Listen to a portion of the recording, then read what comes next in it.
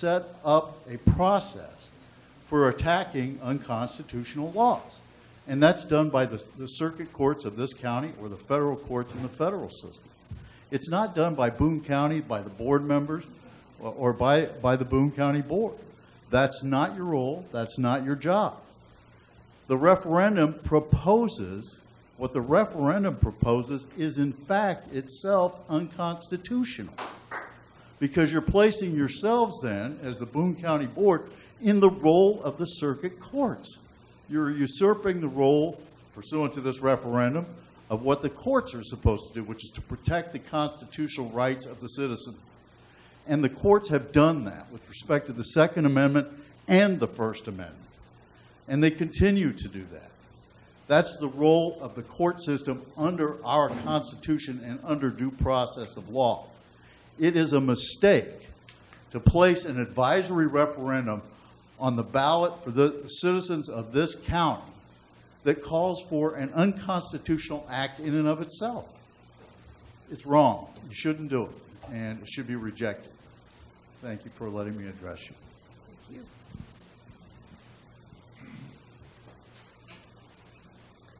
Next I have Chantel Stiles.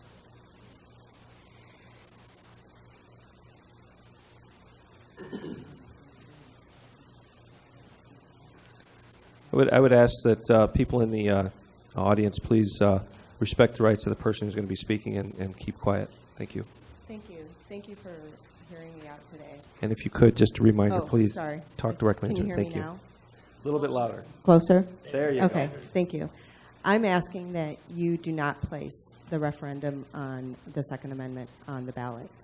I know that gun owners feel strongly about their rights, and recreational gun use and hunting is not being threatened. I really feel that there's some unintended consequences in placing such a referendum on our community. I think there are ways, if they feel that their rights have been infringed, there's ways in our democratic process. They can vote different people in, they can lobby the legislators, they can go to the courts. That's how the Chicago ban on handguns was handled. We have a democratic process, and we have a great governmental process that we need to respect instead of having laws like this or rules like this that then muddy the waters in regards to what law and order is. I just worry that this could give cover to rogue people in our community feeling that they have to make a point wearing assault weapons at the fair or at a Christmas parade. And I just feel that that would change the flavor of our community. It's a great place to live with kids, and I just don't want this to be a haven for people who want to make a political point with guns. And again, I just feel like this disrespects the democratic process. There are ways to have things go their way. I just feel that lots of different peoples have different opinions. That's what democracy does, and it leads to legislation. They can do it the way that everybody else does, rather than having this referendum that sounds innocuous enough, but then gives cover for elements that I just don't want to see in our community. Thank you.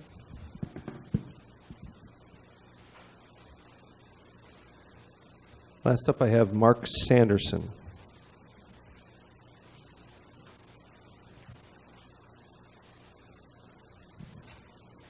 Thank you.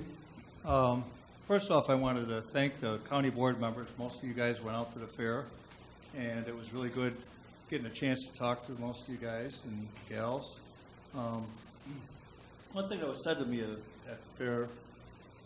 Excuse me, Mr. Sanderson, I really need you to talk directly into the microphone. One of the things that was said to me when I was at the fair was, why not let the people speak?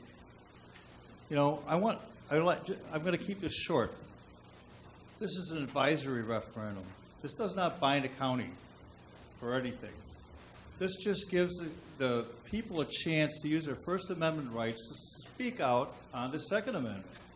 It doesn't bind the county board that if something happens down the road that they have to do something. But it allows the rest of the citizens in the county to say what they feel, so the message gets down to Springfield that they want to adhere to the law. This does not go against the law because it is an advisory referendum.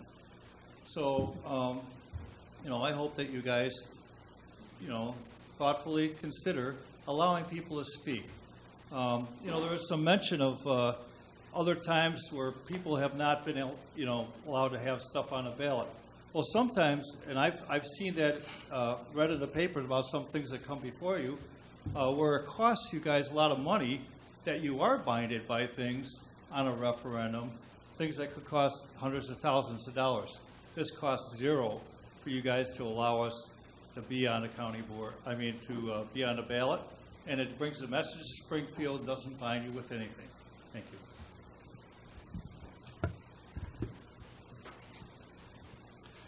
All right, next up, Council on Aging. We meet next week, so there's no report. Thank you.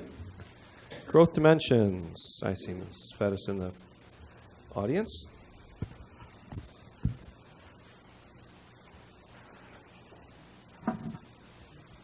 Good evening. Okay, I didn't come alone today. I actually came with my team. Amy, Brianna, would you be able to stand? Thank you. I wanted to introduce you to our team. Often you see my face and you don't see the support that I have in carrying out some of our activities. So I wanted them to join us this evening so you have an opportunity to meet them. Brianna has been with us for a very short while. She graduated with her bachelor's in agribusiness, and she's got a minor in accounting. So she's been a great asset to help us with in preparation for our auditing services, and she's helping support both Amy and myself, scheduling meetings and engagements with interviews with businesses in our community. Now, Amy has been with us for almost a year now, and Amy's our executive assistant, and she's had a lot of experience with event planning, and she's put a lot of that to use in our office, as well as working with board members and scheduling opportunities. She's also our resident expert on enterprise zones. So she's been a great asset to businesses in our community to provide them with the information, the guidance that they need in order to report to the state. So I wanted to thank them and introduce them to you as well. Thank you. I wanted to share with you a few highlights. We are working on an employer forum that is scheduled for August 28th at 7:30 a.m. at the community building. We're coordinating with the Workforce Connection, the Belvidere Area Chamber of Commerce, and the Small Business Development Center, and provide information about services that are available to employers. One of the things that they're going to be also highlighting is some of the activities that are happening in our community. We've been recognized with a lot of customized training opportunities and relationships with businesses. Cerrone Piping has taken advantage of some workforce training, as well as Acumen and Magna. So we're going to be sharing some of those stories and the impact that they've had on utilizing workforce development services. Also, if you haven't heard, Rock Valley is coming to Belvidere, so there's going to be some training that's going to be starting in September. They have an information session that's going to begin on August 22nd at Belvidere North High School, 4:30 p.m. I have some flyers that are on the table up front here, so please help yourself, and we try to help us spread the word. This is a great opportunity that we're starting to bring training services to residents in Boone County, as well as businesses. So we want to hear what people are looking for and what businesses are looking for as far as training opportunities. We've had a number of projects this year. To date, we've actually submitted 11 projects responses for information to try to market our community. We've had one project win, which is RP Lumber, which is going to be taking the old Kmart building. They're right now deconstructing, and we're hoping that maybe by the end of this year or in the fall sometime that they'll be able to occupy that. It's going to be providing lumber and tools, both retail and storage. We also have 3 that are currently in the process, so in the pipeline. Our enterprise zone activity has been very active. We've had 20 projects to date, and this has meant $2.8 million in construction and materials and over $7 million in capital investment for our community. We are also scheduling opportunities to meet with the state and their marketing arm called Intersect Illinois. Our leadership and our community, our stakeholders are going to be meeting with Intersect Illinois in the next week in order to share with them what our priorities are and what we wanted to focus on and how they can market us better outside of the state. We've also been designated as an opportunity zone. We were one out of 100, there's 327 areas in Illinois that were identified under over the 1,300 that qualified for that site. So there's a portion of Belvidere that was identified as the opportunity zone. And these programs encourage long-term investment and job creation for low-income areas that are throughout the state. So we're going to get more details, and as they become available, we'll share them with the community. Any questions? Thank you very much. Thank you. Next up, CASA. I didn't see Charlotte. We I have. got it. You got it? I All got right. it. There we go. It's mine. Mr. Carlisle. Thank you. CASA has a car and coffee coming up on August 25th. It starts at 10 a.m. until 2 p.m. If you got a sweet ride or even a sweet motorcycle, bring it on in and show it on up. It's a community thing. We're trying to gather people just to come and enjoy each other, plus the fact that CASA puts it on. It's a little fundraiser for us. Also on September 13th, Joe Hamblock from Manly Motors is going to be roasted. And that at 5:30 as the doors open, we have a 50-50 raffle, and we have tables for sale. Please, if you've never been there, it is absolutely hilarious. And the fun part about Joe is that he's going to respond back, as Gary Turner did a little bit when he was there. He wanted to be out by 9 o'clock because he said nothing happens after 9 o'clock anyway. And it was his bedtime. But CASA is running right now in the black and doing well financially, so we're happy about that. That's it. Thank you. Thank you, sir. Next up, Board of Health. Ms. Mill.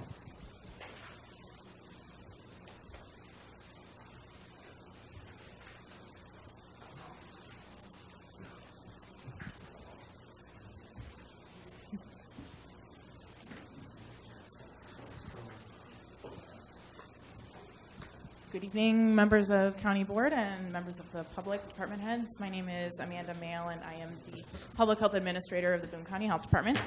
I am going to pass around a few handouts.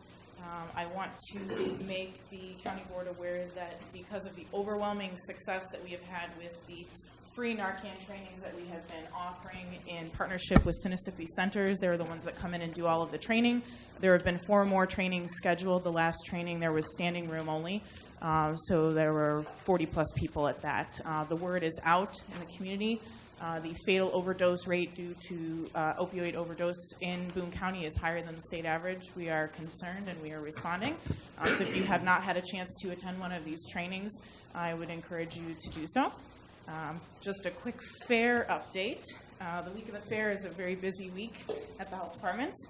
There were 89 food vendors that needed to be inspected at least once, sometimes multiple times.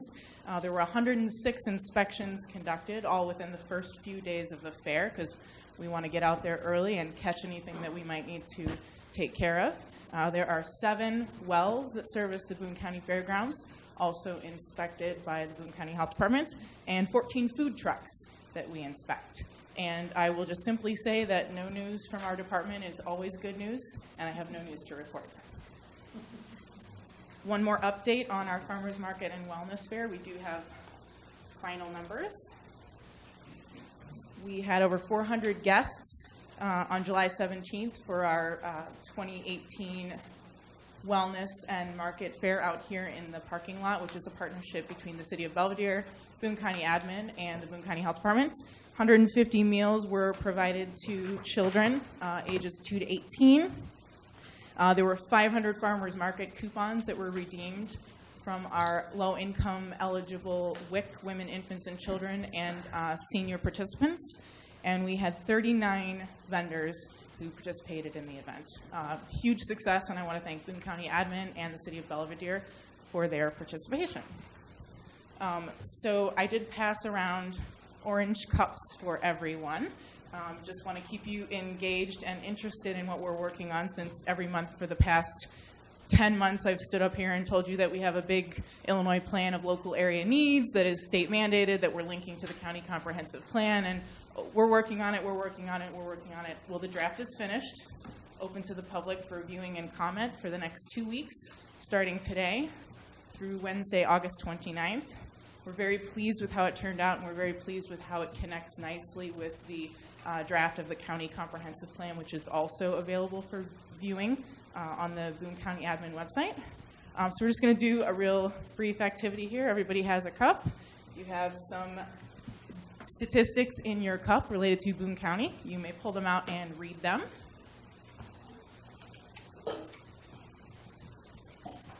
And all of these are data that are available in the 2018 Illinois Plan for Local Area Needs, published and put together by the Boone County Health Department. And I just want to remind the board that it's always all about perspective. We have many needs in Boone County, but we also have fantastic leadership and opportunities to come together as leaders of this community to serve and protect the public. So I would like to first ask, as a pop quiz, does anyone remember what the top 3 identified strategic priority areas are for the 2018 I-Plan? Many of you attended that meeting in April. Can anybody name them? Ms. Gieske? One of them is mental health. Perfect. Behavioral mental health, absolutely. There's 2 more. Anyone? Should I be saying Bueller? Chairman Johnson, did you want to answer that question? I can answer that for you. Child health and chronic disease. Maternal child health, behavioral health, and chronic disease. So you have some facts and figures in front of you, and I'm just going to ask for a few volunteers. We're not going to go through everything. There's a lot of interesting things there. I would like someone just to read one of the sentences that is on your slip of paper. Mr. Carlisle? 31% of families rely on SNAP benefits, and 11% of those families live in poverty in Boone County. Isn't that crazy? So is that a glass half full or a glass half empty piece of information? It's a glass to fix. Thank you. Mr. Someone else O'Malley? like to volunteer to go? Mr. O'Malley? I have one on mental health. Boone County's mental health providers have a ratio of 1 to 5,900 patients per provider, 10 times the Illinois average of 1 to 530. So there is one provider for almost 6,000 residents in our community, and in Illinois it's about 1 to 500. Yes, Mrs. Ward. Cancer is responsible for 1/4 of all the deaths in Boone County, which is lower than the state or national average. Ms. Milner? This is actually kind of shocking. Among female-headed families with preschool-aged children, 76.3% live at or below the poverty level. Mr. Larson, how about you? Both of the ones I have were already read. Huh? Good for you. Anyone else like to share one? Ms. Branson? 35% of people live. 35% of people live with obesity in Boone County. Anyone else have anything different? Mr. Larson?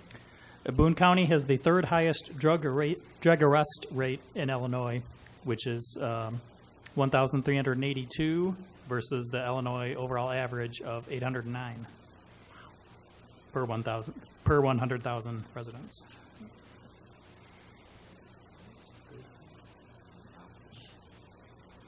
So some of these data can be rather frustrating, mind-boggling, a little negative, a little hard to take, and could just throw in the towel and say, oh, well, there's not a whole lot we can do about it, or we can think about it as glass half full and work together and spend the next 5 years merging the I-Plan with the county comprehensive plan and tackle some of these issues together. Are there any questions? Mr. Carlisle. This data is top of your website when you go into this, is it not? Yep, so you'll be receiving an email. If it didn't come this afternoon, it'll come first thing in the morning, inviting you to click on a link to our website where the 80-plus page document is available for viewing, as well as all 4 map assessments that we did over the last 9 months, including a lot of the feedback that you all gave during the Forces of Change assessment over the spring. And you can view all of that information. You can submit a comment, a suggestion, a concern, ways that you'd like to see us tailor that report a little bit differently. We're open to feedback for the next 2 weeks. So open feedback closes on the 29th of August, and the Board of Health will vote on the plan on September 4th because it needs to go to the state of Illinois for approval in the month of September. Ms. Gieske? Just a comment. A couple of speakers ago, the executive director of Growth Dimensions told us that Belvidere has been awarded an opportunity site, and that is awarded to low-income areas. So here we go. Is some of this a surprise? Don't know. Just an observation. Anyone else? Questions? Comments? Thank you. Thank you, Amanda. Have a good evening.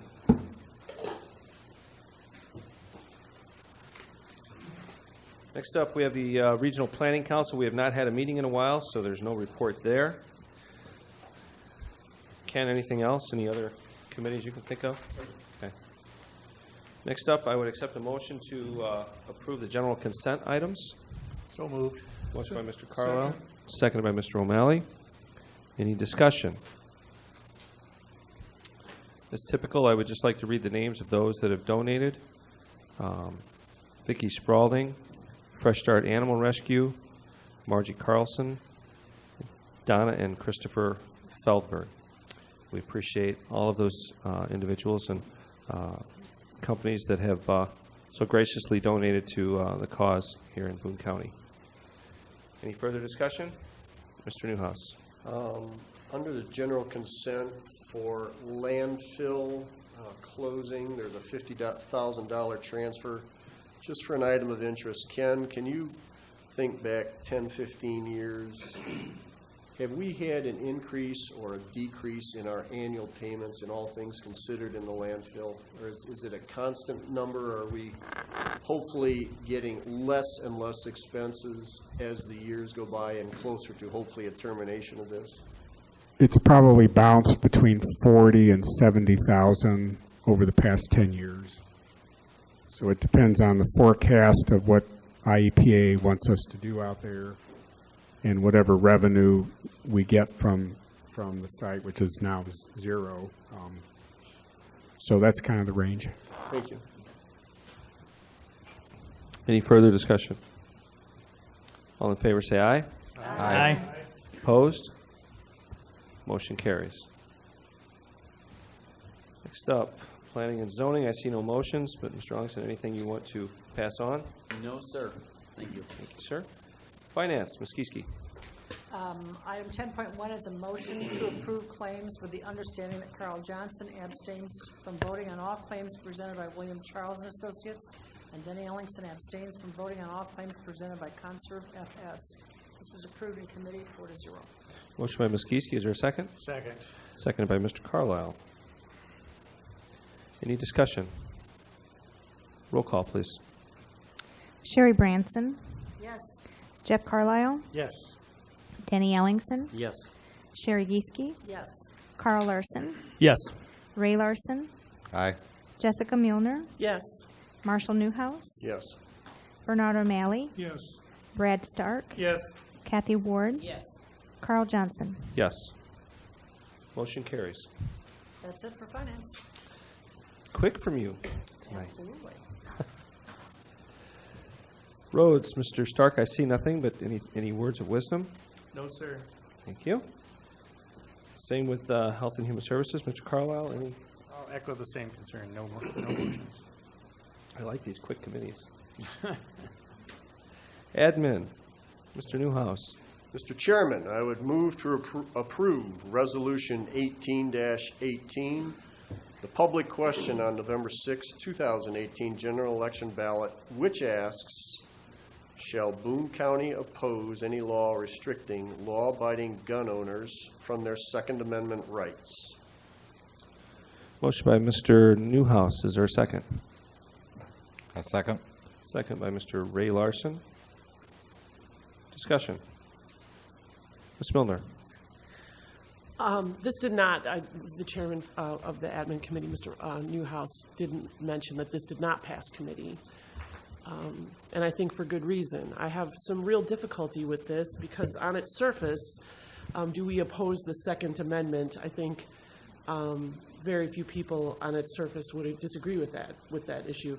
But the problem that I have with this is that it inhibits a conversation that we need to have. This resolution and all of the resolutions of varying language across our state and across the country make this conversation more difficult to have. The kinds of conversations that we have to have about firearms in this country is not whether or not people should have firearms. We are American citizens. I don't see in the future any time where people in America will not be able to own firearms. But we have to have those conversations about the mentally ill and young people, and these conversations have to be had. What kind, how much, where, when, where will these firearms be held, how will they be held? And these are not, even Antonin Scalia in the early 2000s, I don't know when the Heller decision was, even he said the Second Amendment is not an open, unlimited right. There are still questions about how they're procured, how they're licensed, how they're tracked, how they're held. These conversations have to happen. And so when we have this when we reduce the conversation to like a very emotionally charged, like this is something that's being taken from us, that is our God-given right. When we're having the conversation on that level, that's the equivalent of a toddler's display, a tantrum. We're not getting down to the details that are so important. And we talk about our First Amendment rights. I mean, and even the First Amendment is not a blanket open right. There are still restrictions on speech in this country that we all accept. Libelous speech, slander, dangerous speech. There's speech that is prohibited. These are our rights, and they are rights that are guaranteed by the Constitution, but they are still rights that have checks on them.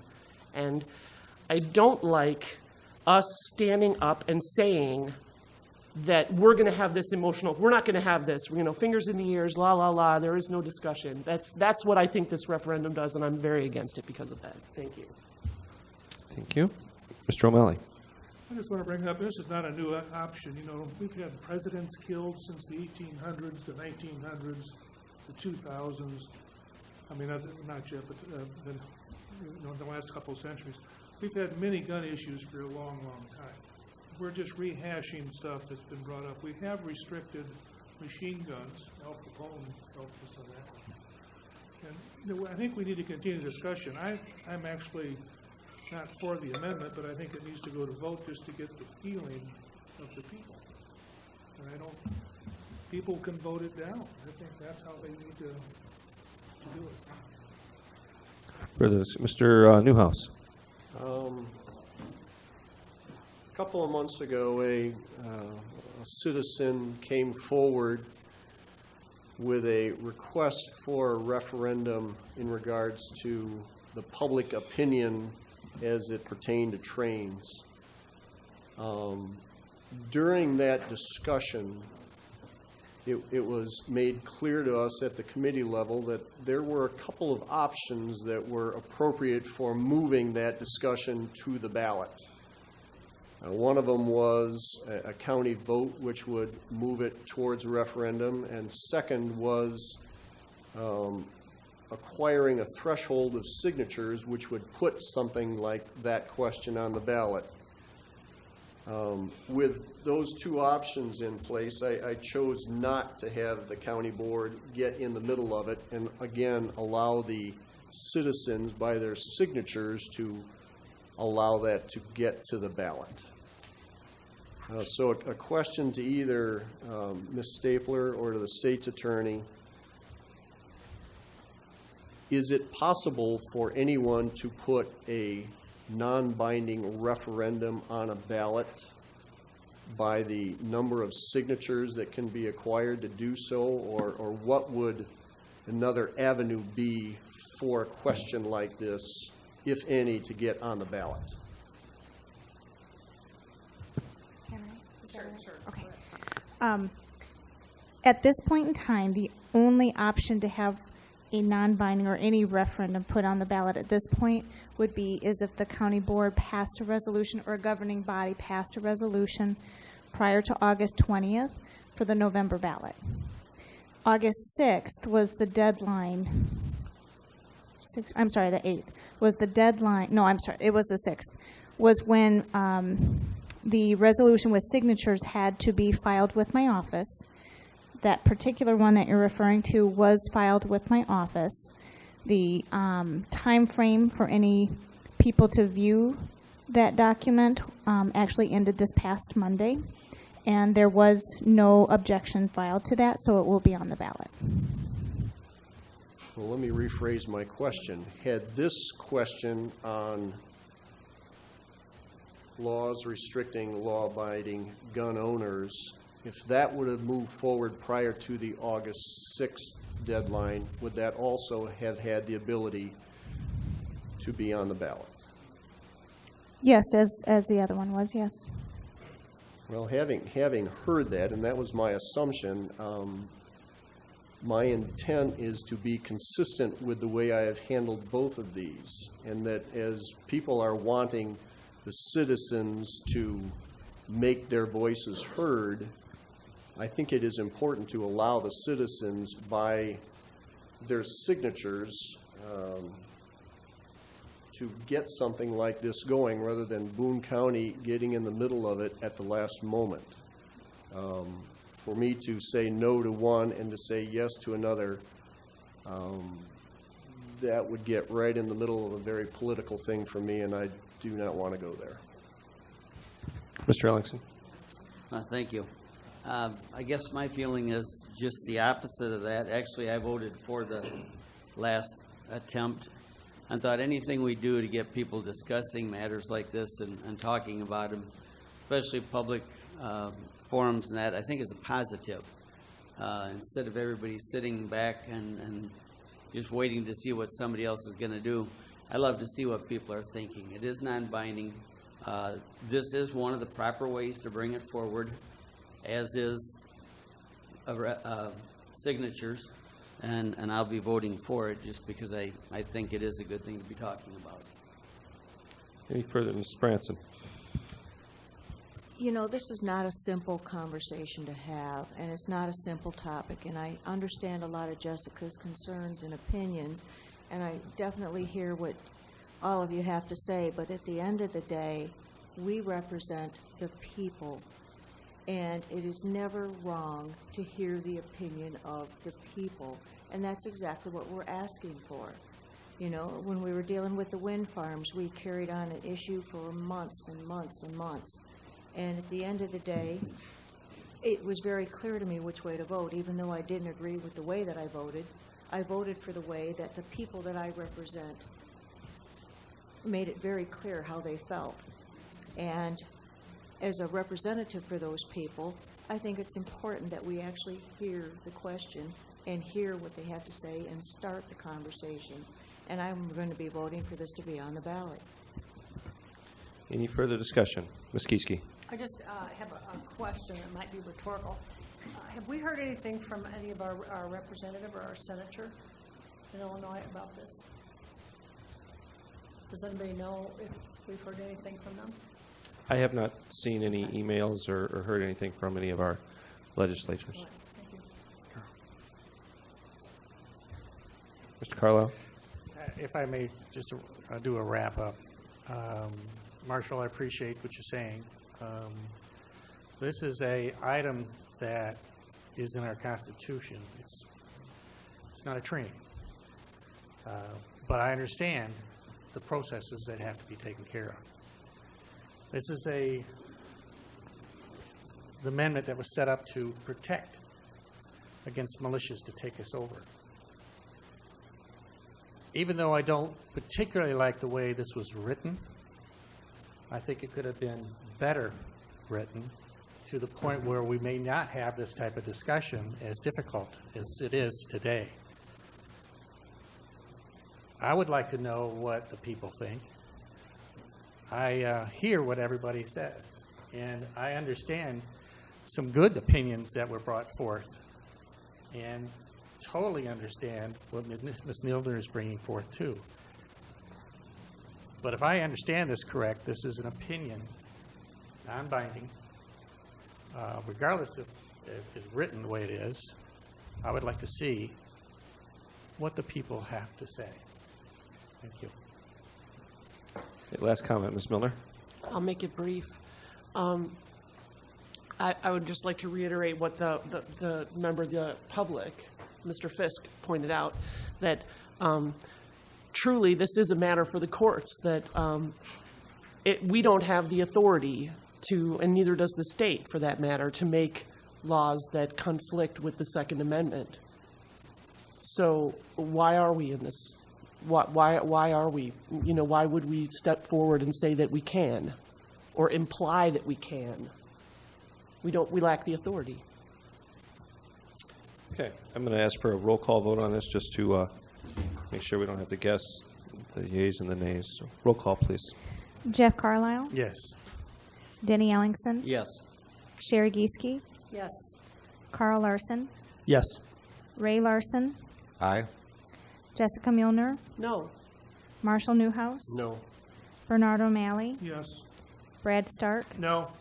Kathy Ward? Yes. Carl Johnson? Yes.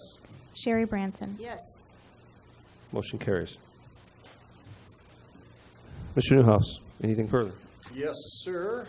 Mr. Chairman, I would move to approve Resolution 18-19, designating the week of September 17th through September 23rd as Constitution Week. Second.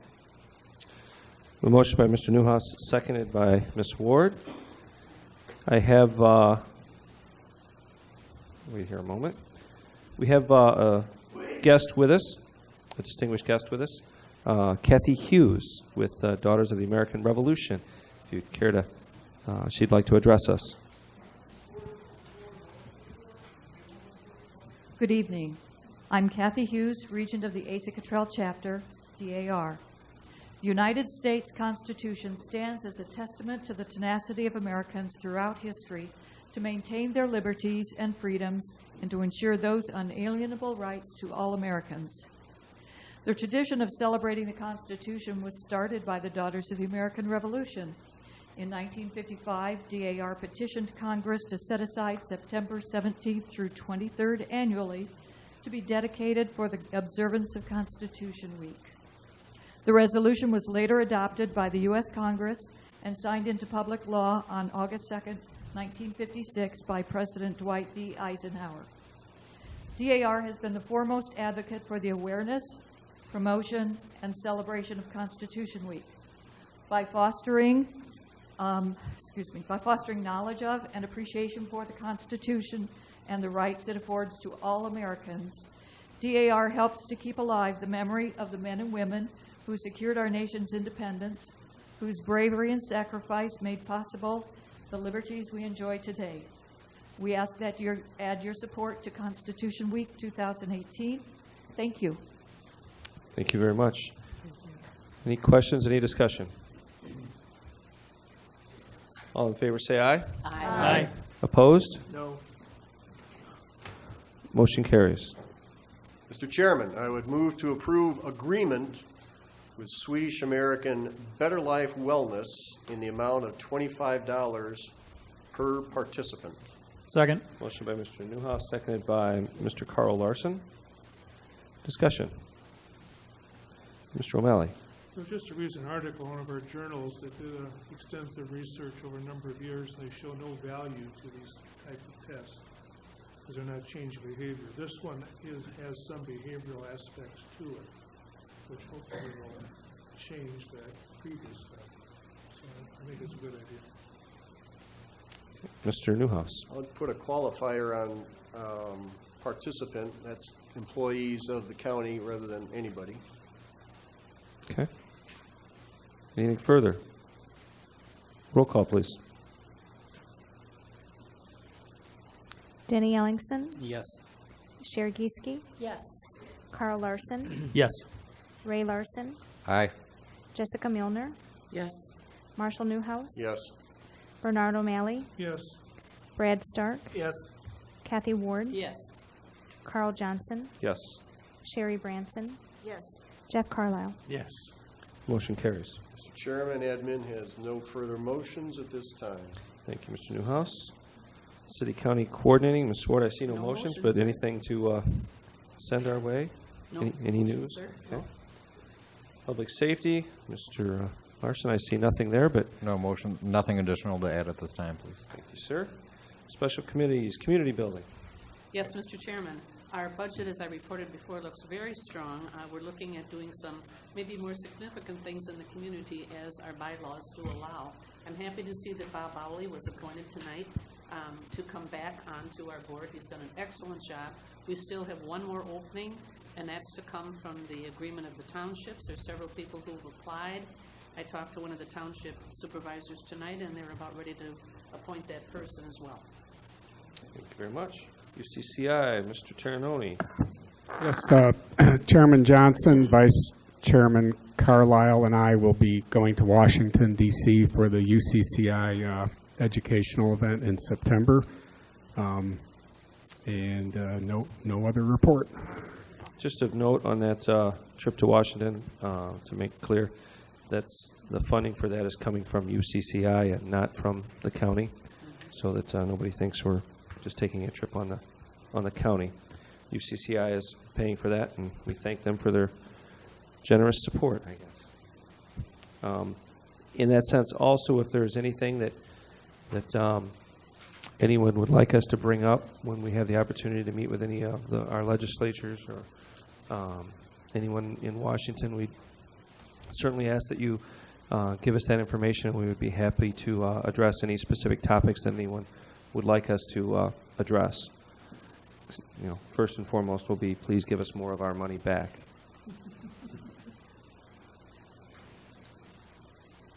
Next up, Community Action Agency, Ms. Ward. Yes, Mr. Chairman, we did meet last month. We're meeting again tomorrow at a special meeting. It was interesting to me to learn that the budget of CAA, which comes mostly from the feds, of course, is $15 million for our two-county area. That's almost the same amount as our own general fund is. There's at least 2,000 families and people being helped in Boone County. Much of that money goes to heat and electricity, just helping to people modernize their homes to make things go a little bit easier for those who have the greatest need in our area. Thank you, Ms. Ward. 911, Mr. Newhouse. Mr. Chairman, I would say the highlight of this meeting this month was that in order to maintain some certification levels, there's some education classes where some of the individuals were sent to, and that's annually what occurs, so no big news. Any news on the next gen front? Maybe yourself or Mr. Terranoni is waving frantically. Nothing was spoken about at that meeting, but I imagine it's been 30 days since that meeting. If Ken had something new, I would defer to him. There is something new. Our board met with some public safety representatives of Ninja, and we've come to a direction to pursue becoming what's called a CLEC, which is a designation by the Illinois Commerce Commission that would enable us to carry 911 traffic on the iFiber network. So we're heading in that direction. It's a long road to achieve that designation, but there was a consensus that we should take a look at this and hopefully pursue it. Okay. Thank you. Any other committees? Scheduling of committee meetings. Ms. Kieske. Our next regularly scheduled Finance Committee meeting is September 11th at 6 p.m. And thereafter, we begin our special Finance Committee meetings to work on the budget. Mr. Larson? Oops, I'm sorry, Mr. Chairman, you had something? Yes, if I could maybe say what some of the special meetings are, just so you can get them on your calendars. But Monday, August 20th, we will start our budget meetings with a special meeting with the Finance and Public Safety Committee. And August 29th at 6 o'clock, a special finance meeting on the budget. And September 17th and September 27th are both special meetings of finance on the budget, and all at 6 o'clock. Thank you, Mr. Ternelly. Mr. Larson, Public Safety. The next Public Safety Committee meeting will be Monday, September 10th at 6 p.m. in this room.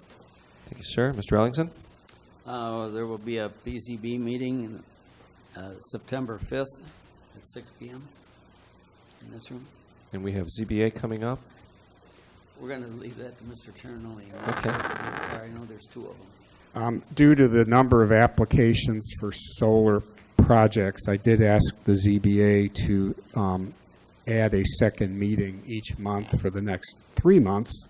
So next Tuesday, August 21st, there will be a ZBA hearing. And also Tuesday, August 28th, there will be a ZBA hearing. Those are 7 p.m., Mr. Ternelly? Those are 7 p.m. Yep. Mr. Newhouse? Admin, Monday, September 10th, 6:45, this room. Ms. Ward? City County, September 12th, 6 o'clock in this room. Mr. Carlisle? Yeah, Health and Human Services, September 6th, 6 o'clock, this room. Mr. Stark? Roads and Capital will be September 4th, 6 o'clock, this room. Thank you very much. Any unfinished business, Ken? No. Okay. I see we have new business. I would accept a motion to approve the power purchase agreement for the community solar project located at landfill number 2 with Terra Navigator LLC, contingent upon a final review by the state's attorney and county administrator. So moved. Motion by Ms. Ward. Second. Seconded by Mr. O'Malley. I would like to make note that this did not go through the City-County Coordinating Committee, and that was due to a lack of a quorum. So then we wanted to bring this here so we could move forward with this. Any discussion? Or Ken, you want to give any update? Or This is one of the many steps we need to go through in order to enjoy the benefits of the energy credits off of our future county power bills. So this is a statement of interest agreement, and the company needs it as they stand in line and wait for the Illinois Power Agency to decide who gets these credits and who doesn't. any questions? Mr. Newhouse. I know this is one of many steps that Boone County and the applicant are putting together to make this thing move forward, but is the applicant here? I'm curious to hear their opinion on the likelihood of getting approval from the state or winning a spot in the lottery, however you want to put it. I think it's too early to say. This agency is just in getting organized. Okay. I mean, they don't even have a website yet that explains this. So, and you do, I mean, you are aware of the number of companies in Illinois active in solar, because everybody's getting in line to try to get these. They're called SRECs. So our hope is that this company is at the front of the line. Ms. Kieske? Is there an outside chance if they do not get them that they pull out? There's round 2, which is in another year. So I couldn't answer their thinking if they'd miss round 1. My hope is they just hang in there, try to get something in round 2. The problem is, with each round, the credits are worth less. So they designed it this way so everybody would charge for the exit and try to get through the door at the same time. Ms. Ward? Is there anything that we can do as a board to help this along? I mean, we've approved it, right? But is there anything else that who we could talk to or discuss this with our legislators or anyone? We talked, my colleague, Mr. Newhouse, talked about how much money that landfill has cost us forever, and some of you who are on the city-county committee know there is no end. This would be a possibility of maybe helping that along. So is there anything that I think that you can think of? if we want to compose a letter and send to our local representatives and senators, I don't think that's a bad thing.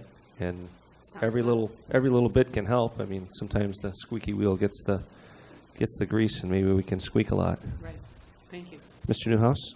I will be, anyone can correct me if they've got more current information, but to the best of my understanding, I believe it will be a lottery. And there will be names drawn.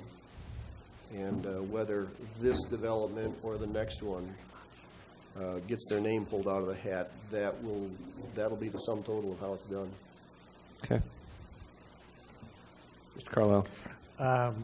How could we input to this? If the state's attorney is going to look at it, how can we add input? I see a outline, and I've talked to a couple of attorneys, and they've made some suggestions, and I'd like to bring that forth too. So I just send it to you and the state's attorney with those. I would say yes. If you want to send that to the state's attorney and Mr. Terranoni, okay, that would be a good place to start. All right, thank you. Okay. Anything further? Ms. Gieske, did you have something? Well, I'm just confused. If it is in fact a lottery, it's a crapshoot. So I mean, I think the best thing we can do is get our ducks in a row as far as this contract is, this EOI is concerned, and then just sit on it and wait and see.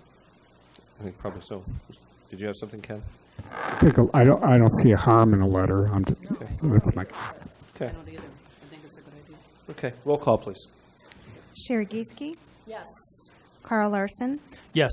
Ray Larson, Aye. Jessica Milner, Yes. Marshall Newhouse, Yes. Bernard O'Malley, Yes. Brad Stark, Yes. Kathy Ward, Yes. Carl Johnson, Yes. Sherry Branson, Yes. Jeff Carlisle, Yes. Denny Ellingson. Yes. Motion carries. Next up, I would, under new business also, I would ask for a motion to approve the employee leasing agreement with Gov HR for planning-related services. So moved. Second. Motion by Ms. Gieske, seconded by Mr. Carlisle, I believe. Go ahead, Ken. Just clarification, there were some minor amendments that were worked out with the state's attorney, myself, and the company. So I draw your attention to the August 15th version that was put on board docs today is the version to vote on. As far as the leasing agreement. Okay. Can you want to highlight what those changes were? There was just one change from the version you would have had on board docs last week to today, where we deleted a paragraph related to benefits because there are no benefits. The only service we're providing is a vehicle for this individual, either leasing or providing one. Okay, Ms. Ward? Yes, at the current time, though, everything related to planning is now being handled by Ken and Dan, is that correct? And this week, Amy Ingalls, who is the person that this leasing agreement is with, she was here this week to get her feet under her and start to understand our planning issues and where we're at. So she, I'm assuming, was a big help. Ken, you can enlighten us a little bit more on that. Absolutely. I mean, we have at least dozens of citizen inquiries we're trying to just get through. People with questions that some are simple to answer, some are complex, and they actually will end up being a case. So she's helping us get through that backlog right now.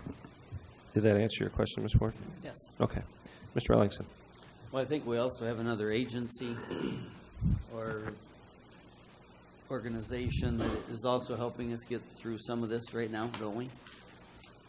we're using WBK Engineering, and they were hired, I think, back in March to do the review advisory reports on the solar applications. So that is still in place, helping us with the solar.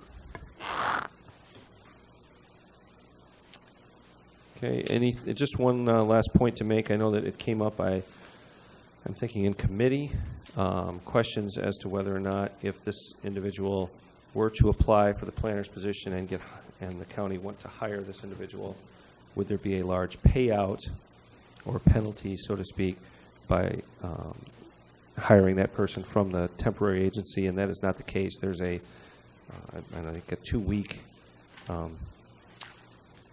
period or something like that we really couldn't hire her or something like that. But it's not there were some concerns that there'd be a very large payout, and that's not the case. So, and that's in the contract language also. So, all right. We have a motion and a second. Roll call, please. Carl Larson, Yes.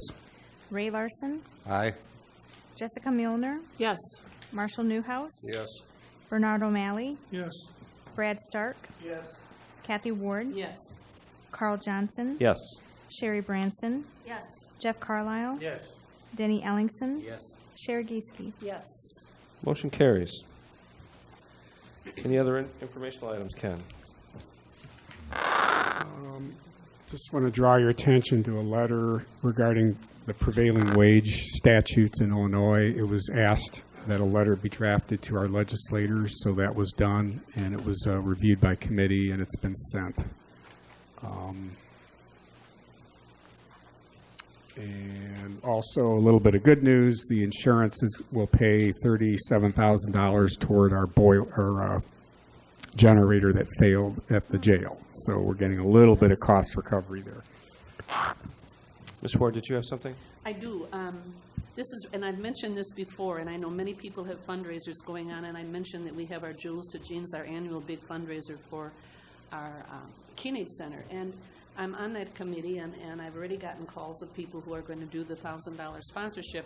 But I learned at one of the last committee meetings something that I think is really good, and it just points out how many good things are really happening from many people in this community. But we had General Mills on our list to ask them if they would be a major sponsor. That's $1,000. And last year, by the end of the campaign, we had not heard from them. And then we found out about 2 weeks after it was all over, when we had made a record $25,000, that they did not come through with the $1,000. They actually gave us $15,000. So really, we took the $1,000 to put on our budget, and the other $14,000 did go to the Boone County Council on Aging. But every once in a while, you get a major surprise from someone in their community who's really trying to make a difference. So our hats off to them. I know they're expanding. They're looking for help. So we're certainly pleased to have them in our community. Thank you, Ms. Ward. Ken, do we need an executive session? No. So we don't have any anticipated motions from executive session? No. Mr. Newhouse, did you want to just talk, or did you want to make a motion? Mr. Chairman, I'd move we adjourn. I second it. Motion by Mr. Newhouse, seconded by Mr. Ellingson. All in favor, say aye. Aye. Opposed? Motion carries.